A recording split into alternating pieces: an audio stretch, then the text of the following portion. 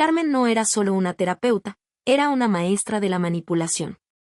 Aprendía los secretos más profundos de las parejas, descubría sus debilidades, y luego usaba esa información para seducir a ambos esposos. El plan perfecto funcionó durante años hasta que perdió el control. Carmen Vázquez tenía 38 años y era considerada la mejor consejera matrimonial de Bogotá. Medía 1.68 metros, tenía cabello castaño ondulado hasta los hombros, ojos verdes penetrantes, y una sonrisa que inspiraba confianza inmediata. Su voz cálida y gestos elegantes hacían que las personas se sintieran seguras compartiendo sus secretos más íntimos. Su consultorio en el exclusivo barrio Zona Rosa era un santuario de tranquilidad, paredes beige, música relajante, sillones cómodos, y diplomas colgados que mostraban sus credenciales de las mejores universidades de Colombia y Estados Unidos. Durante 5 años, Carmen había salvado más de 200 matrimonios. Su tasa de éxito era del 89%, la más alta en toda América Latina. Las parejas volaban desde otros países para recibir sus servicios, pagando hasta $500 por sesión. Carmen es un genio, decía Alejandra Herrera, cuyo matrimonio con Roberto había sido salvado por Carmen. Entendió nuestros problemas desde la primera sesión y nos ayudó a reconectarnos. Lo que Alejandra no sabía era que Carmen había reconectado individualmente con ella y con Roberto en encuentros íntimos que ocurrían los martes y jueves por la noche. Carmen había convertido la terapia matrimonial en el sistema de seducción más sofisticado jamás creado. Carmen había desarrollado un proceso de 4 fases que funcionaba con precisión científica. *** Fase 1. Evaluación y diagnóstico, sesiones 1 a 3, ***. Carmen observaba la dinámica de la pareja, identificaba quién era el dominante y quién el sumiso, analizaba sus patrones de comunicación, y detectaba las carencias emocionales de cada uno. *** Fase 2. Separación gradual, sesiones 4 a 8, ***. Bajo la excusa de trabajo individual, Carmen comenzaba a ver a cada esposo por separado.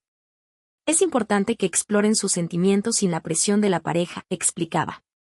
*** Fase 3. Construcción de intimidad, sesiones 9 a 15, ***. Durante las sesiones individuales, Carmen se convertía en la confidente perfecta. Escuchaba sin juzgar, ofrecía comprensión total, y gradualmente se posicionaba como la única persona que realmente los entendía. *** Fase 4. Seducción y control, sesiones 16 más, ***. Una vez que había ganado la confianza emocional completa, Carmen iniciaba contacto físico sutil, tocar la mano durante momentos emocionales, abrazos terapéuticos, y finalmente encuentros íntimos para sanar heridas emocionales. El genio del sistema era que ambos esposos creían que tenían una relación especial y secreta con Carmen, sin saber que ella estaba manipulando a ambos simultáneamente. Carmen había perfeccionado su método con Alejandra y Roberto Herrera, una pareja de 35 y 40 años que llegó a terapia después de 12 años de matrimonio en crisis. El problema Roberto trabajaba 70 horas a la semana en su empresa de construcción y raramente estaba en casa. Alejandra se sentía abandonada y había comenzado a beber demasiado vino por las noches. Sesiones conjuntas Carmen identificó que Roberto buscaba validación profesional porque nunca había recibido reconocimiento de su padre autoritario. Alejandra necesitaba atención emocional porque había crecido sintiéndose invisible entre 4 hermanos. Sesiones individuales con Roberto Carmen se convertía en la primera mujer que realmente valoraba sus logros profesionales. Eres extraordinario, Roberto. Pocas personas tienen tu visión para los negocios. Sesiones individuales con Alejandra Carmen se presentaba como la hermana emocional que Alejandra nunca había tenido. Tus sentimientos son completamente válidos. Mereces toda la atención del mundo. Después de 2 meses de terapia individual, Carmen había logrado que tanto Roberto como Alejandra se sintieran completamente comprendidos por primera vez en años. Pero en lugar de ayudarlos a conectarse entre ellos, Carmen dirigía toda esa energía emocional hacia sí misma. Primera seducción. Roberto durante una sesión donde Roberto hablaba sobre la presión de ser el proveedor económico, Carmen se acercó y puso su mano en su hombro. Has cargado tanto peso solo. Déjame ayudarte a liberarlo. El primer beso ocurrió esa tarde. Primera seducción. Alejandra una semana después, mientras Alejandra lloraba sobre sentirse no deseada, Carmen la abrazó. Eres hermosa e increíble. Cualquiera sería afortunado de tenerte. La primera noche juntas ocurrió 3 días después. Durante 6 meses, Carmen mantuvo relaciones simultáneas con Roberto y Alejandra sin que ninguno sospechara del otro. Con Roberto. Martes y viernes por la noche se encontraban en un apartamento que Carmen rentaba exclusivamente para estos encuentros. Carmen se convertía en la amante comprensiva que validaba sus ambiciones profesionales y le daba la admiración que no recibía en casa. Con Alejandra. Miércoles y sábados por la tarde se veían en el spa del Hotel Four Seasons, donde Carmen había convencido a Alejandra de que se merecía tiempo de calidad conmigo misma. Carmen era la confidente íntima que escuchaba todos sus sueños y miedos. En las sesiones de pareja Carmen actuaba como la terapeuta neutral, pero secretamente sabía exactamente qué botones emocionales presionar en cada uno. Cuando Roberto se quejaba de que Alejandra no lo respetaba, Carmen sabía que era porque él se había abierto con ella sobre sus inseguridades. Cuando Alejandra decía que se sentía no deseada, Carmen sabía que era porque habían hablado de sus complejos físicos. El matrimonio de Roberto y Alejandra mejoraba superficialmente porque ambos estaban emocionalmente satisfechos por Carmen, pero ninguno de los dos sabía por qué se sentían mejor. El éxito con Roberto y Alejandra le dio confianza a Carmen para expandir su operación. Durante los siguientes 2 años, aplicó el mismo método con otras 4 parejas. Santiago y María Torres Empresario de 45 años y psicóloga de 42 años, Carmen sedujo a Santiago aprovechando su complejo de inferioridad académica. María tenía más títulos universitarios, y a María explotando su necesidad de rebelarse contra su imagen perfecta de profesional. Carlos y Isabella Mendoza Político de 50 años y artista de 35 años, Carmen manipuló a Carlos prometiéndole discreción total sobre sus ambiciones políticas ocultas, y a Isabella ofreciéndole la validación artística que Carlos nunca le daba. Eduardo y Sofía Ramírez Médico de 43 años y abogada de 40 años, Carmen sedujo a Eduardo explotando su síndrome de Salvador. Él necesitaba sentirse necesitado, y a Sofía aprovechando su competitividad profesional, Carmen la hacía sentir que era la más exitosa de todas sus clientes. Miguel y Ana Delgado Ingeniero de 38 años y arquitecta de 36 años, Carmen manipuló a Miguel usando su pasión por la tecnología, fingía fascinación por sus proyectos, y a Ana explotando su perfeccionismo obsesivo. Carmen era la única que entendía su necesidad de control. En cada caso, Carmen se volvía amante de ambos esposos mientras oficialmente salvaba sus matrimonios. Además del dinero de las sesiones de terapia, Carmen había desarrollado flujos de ingresos adicionales basados en su acceso íntimo a estas parejas exitosas. Información privilegiada a través de Roberto, sabía qué terrenos iba a desarrollar antes de que fueran anunciados públicamente. Compraba propiedades que se valorizarían 300%. Conexiones políticas Carlos le daba acceso a contratos gubernamentales que Carmen revendía a otras empresas por comisiones millonarias. Secretos corporativos Eduardo le contaba sobre fusiones hospitalarias antes de que fueran públicas. Carmen compraba acciones que se disparaban 500%. Proyectos de construcción Miguel le revelaba detalles sobre megaproyectos de infraestructura. Carmen invertía en empresas que obtendrían esos contratos. En 2 años, Carmen había acumulado más de $5 millones en inversiones basadas en información privilegiada obtenida en la cama. El sistema perfecto de Carmen comenzó a mostrar fisuras cuando las parejas empezaron a desarrollar expectativas emocionales más profundas. Roberto comenzó a presionar para que Carmen dejara su práctica profesional y se mudara con él. Alejandra y yo nos estamos separando. Quiero empezar una nueva vida contigo. Alejandra quería que Carmen la acompañara en un viaje de 2 semanas a Europa. Necesito tiempo para pensar si quiero seguir con Roberto. Ven conmigo para darme claridad. Santiago estaba considerando divorciarse de María para estar con Carmen. Nunca había sentido esta conexión con nadie. Tú me entiendes como nadie. María había empezado a sospechar que Santiago tenía una aventura y quería que Carmen la ayudara a contratar a un detective privado. Sé que me está engañando. Ayúdame a descubrir con quién. Carmen se dio cuenta de que había perdido el control de las variables emocionales. Sus pacientes ya no eran títeres predecibles, sino personas reales con sentimientos reales que amenazaban con exponer toda su operación. La situación se volvió insostenible cuando 3 crisis ocurrieron simultáneamente. Crisis 1 Roberto contrató a un detective privado para investigar a Alejandra porque sospechaba que su mejora emocional se debía a una aventura. El detective, siguiendo a Alejandra, fotografió su encuentro con Carmen en el Four Seasons. Crisis 2 María Torres, psicóloga profesional, comenzó a analizar los métodos de Carmen y notó inconsistencias. Sus técnicas no coinciden con ninguna escuela terapéutica reconocida. Y Santiago está actuando muy extraño desde que comenzó las sesiones individuales. Crisis 3 Ana Delgado, arquitecta detallista, encontró un cabello largo castaño en la camisa de Miguel después de una sesión de terapia. Como Ana tenía cabello corto rubio, comenzó a sospechar. Las 3 mujeres, sin saberlo, estaban investigando a Carmen desde diferentes ángulos. El detective contratado por Roberto, investigador privado Raúl Moreno, tenía 25 años de experiencia y había trabajado casos de infidelidad para clientes millonarios. Era meticuloso, discreto y extremadamente efectivo. Mientras seguía a Alejandra, Raúl notó algo extraño. Alejandra no estaba teniendo una aventura tradicional.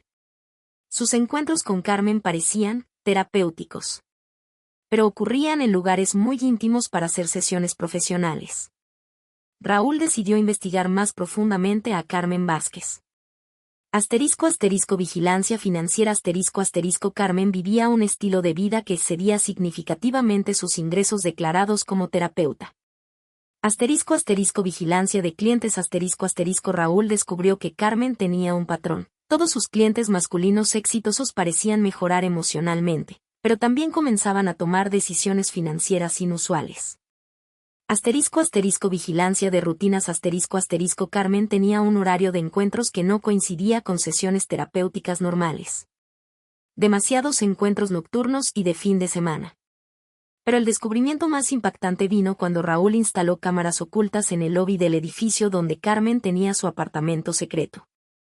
Durante una semana de vigilancia, las cámaras de Raúl capturaron algo increíble.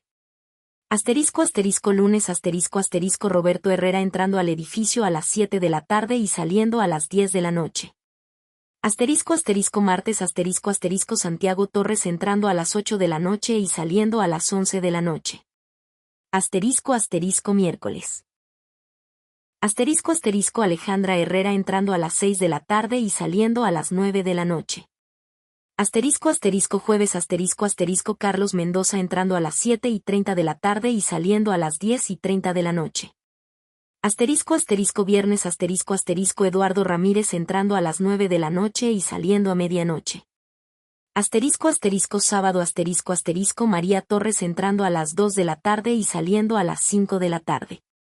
Carmen estaba viendo a 6 personas diferentes en el mismo apartamento durante la misma semana. Y Raúl reconoció a algunos de ellos como clientes de Carmen que supuestamente estaban en terapia matrimonial. Raúl compiló un reporte completo con fotos, horarios y análisis financiero, y se lo entregó a Roberto. La reacción de Roberto fue explosiva. Roberto, armado con la evidencia de Raúl, decidió confrontar a Carmen durante su próxima sesión de terapia con Alejandra. Era martes por la tarde cuando Roberto irrumpió en el consultorio de Carmen mientras ella conducía una sesión con Alejandra.